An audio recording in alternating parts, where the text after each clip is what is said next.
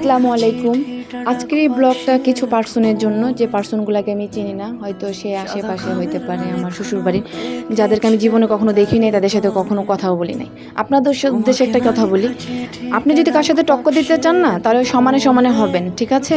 আর আমি এই জায়গায় আসছি আমার নিজের যোগ্যতাই, আপনাদের যোগ্যতা নাই, ঠিক আছে? সেটা আপনাদের ব্যর্থতা। হয়তো আপনার ফ্যামিলি ব্যাকগ্রাউন্ড ভালো না, তার জন্য অন্যের মেয়েদের নিয়ে সমালোচনা করেন। কার ওয়াইফ কী করলো না করলো এগুলো নিয়ে আপনাদের খুব ইন্টারেস্ট। এত ইন্টারেস্ট কেন আপনাদেরকেও আমি ভালো করে চিনিও না, তাহলে আমাকে নিয়ে কেন আপনাদের এত চুলকানি থাকবে ভাই? এত চুলকানি থাকলে ভাই কাটাকাছি গিয়ে ঘষান, তাহলে আপনাদের চুলকানি মজা যাবে। হয়তো আমার কথার ল্যাঙ্গুয়েজটা শুনতে খারাপ লাগছে, বাট এটাই বাস্তব। কিছু কিছু গ্রামে কিছু মহিলা আছে, কিছু পুরুষ মানুষ আছে যে এরা আসলে পরিবেশ এবং সমাজে কোনটাতেই পড়ে না, ওরা টোটালি ম্যানারলেস। কারণ অন্যের ওয়াইফ কী করলো না করলো নিয়ে ওইগুলো নিয়ে ওদের খুবই ইন্টারেস্ট, খুবই মাথা ব্যথা। আমি অশিক্ষিত না যে আপনাদের অন্যায়গুলো আমি মেনে নেব, ঠিক আছে? আর আমি গ্রামের মেয়ে না যে আপনাদের অন্যায়গুলো মুখ বুঝে সহ্য করব। সো যদি কোনো কিছু বলার থাকে সামনাসামনি এসে বললেন, দেখি কতটা সৎ সাহস আপনাদের। আর আপনারা যারা অন্যদের নিয়ে সমালোচনা করেন, আপনাদের নিজের সংসারই ঠিক নাই, ঠিক আছে? ভালো হন।